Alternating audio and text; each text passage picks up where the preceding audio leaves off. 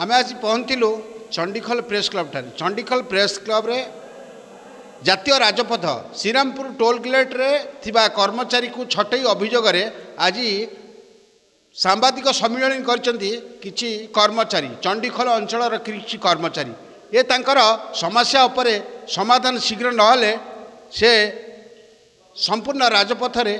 धारणा रे बसियो बोली सूचना दैछंती। यह होची जाजपुर जिला चंडीखोल प्रेस क्लब रो एक दृश्य मु आपण मानको देखौची। ये बैनरटी लागिछि श्रीरामपुर टोल प्लाजार बेआईन श्रमिक छटई विरुद्ध रे सांबादिक सम्मेलन। ये सांबादिक सम्मेलन करचंती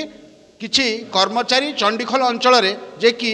प्रति मासरे निजर परिवार पोषण करथिले तांको बेआईन छटई करा जायछि।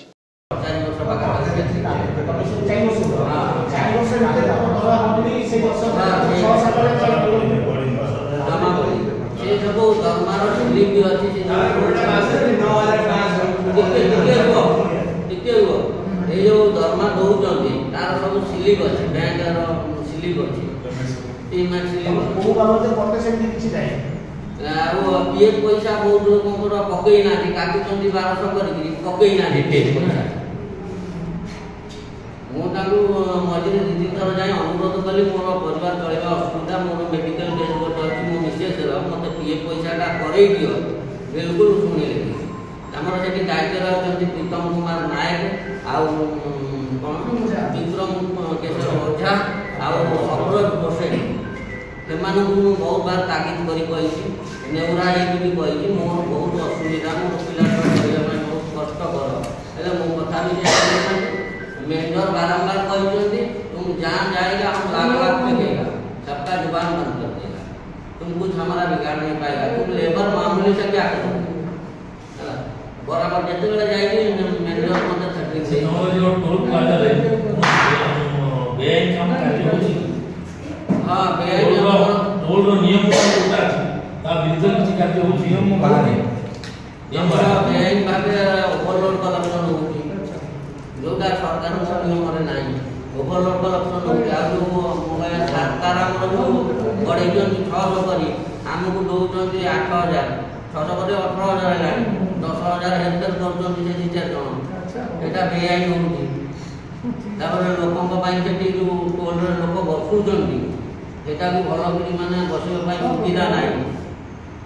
फैन हो एसी हो पानी का पानी हो टोल भितरे सेठी एम्बुलेंस व्यवस्था एटा तो तुमरो समस्या तुमरो वर्तमान मुख्य समस्या की चाकरी व्यवस्था नाही हां आगे जो चाकरी पाइबा पाई जो रसीद न दे जा बाहर जा सेठी एबे भी होउछ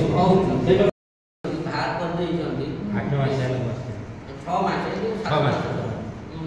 6-7 मास ହେଲା बसई देई जंदी से पैसा माने बड़ा मजदूर सहित से पैसा हमको दियंतु हम चलेबा बहुत कष्ट कर द्वितीय कथा रहला आगु 6 मास ना 7 मास 4 मास पहिले गोटे ठीक करू 6 मास से जानी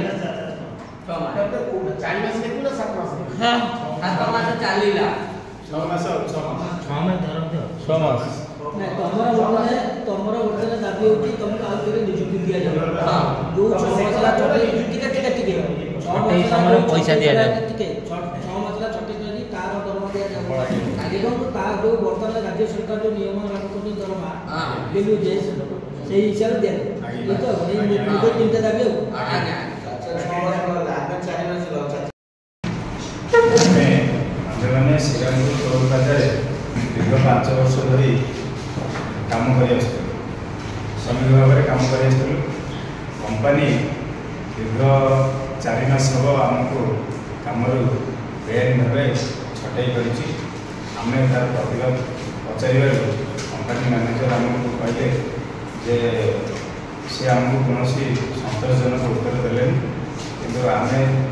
परिवार प्रतिपोषण से जो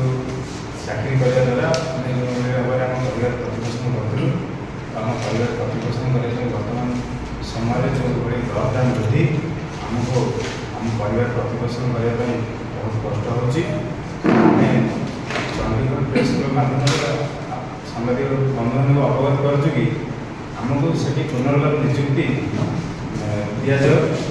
ए विषय आम बड़चणार माननीय विधायक अमर नायक अवगत कर धर्मशाला विधायक हिमांशु शेखर साहू अवगत करमर माननीय मुख्यमंत्री मोहन चरण माझी भी आम विषय अवगत कर दीर्घ 4 मास धरी आमर कौन उचित जो आमको पुनर्व निजुक्ति देवाई जो कथा उठुचे से आमको कौन संतोषजनक उत्तर मिलूनी से आम आज गोटे सांबादिक सम्मेलन कर विषय अवगत कर मु श्रीरामपुर टोल प्लाजा श्रमिक भाव कम करी दीर्घ 6 मास हम आमको कम किसी कह ना बिना कारण आमको बाहर कर दि जाइए आम बारंबार विषय पचारा पर से मैंने कौन उत्तर दौना आमको जे बेआईन भाव आमको बाहर कर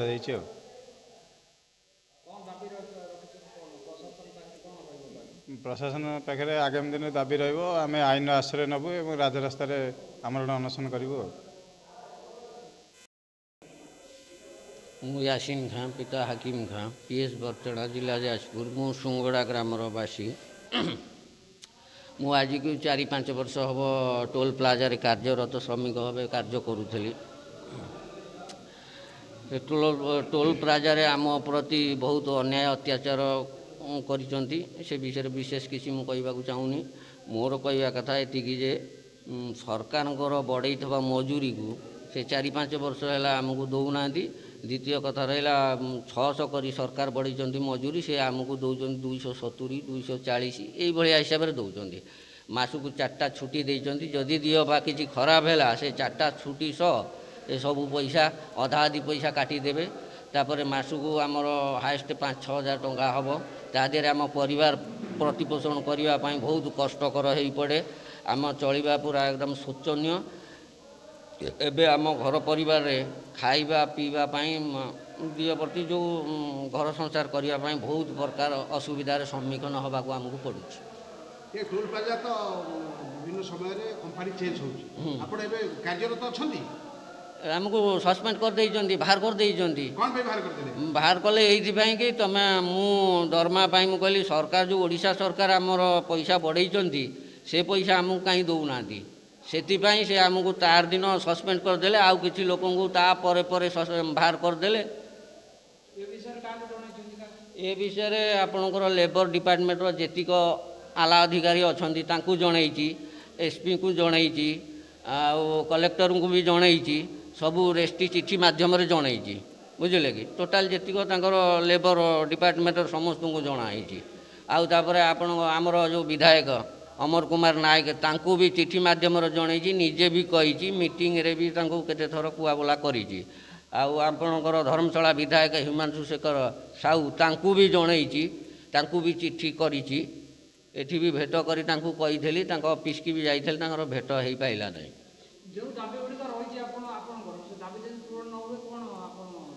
दाबी जदि न पूरण हम राजरास्ता को ओह्लैबू धारण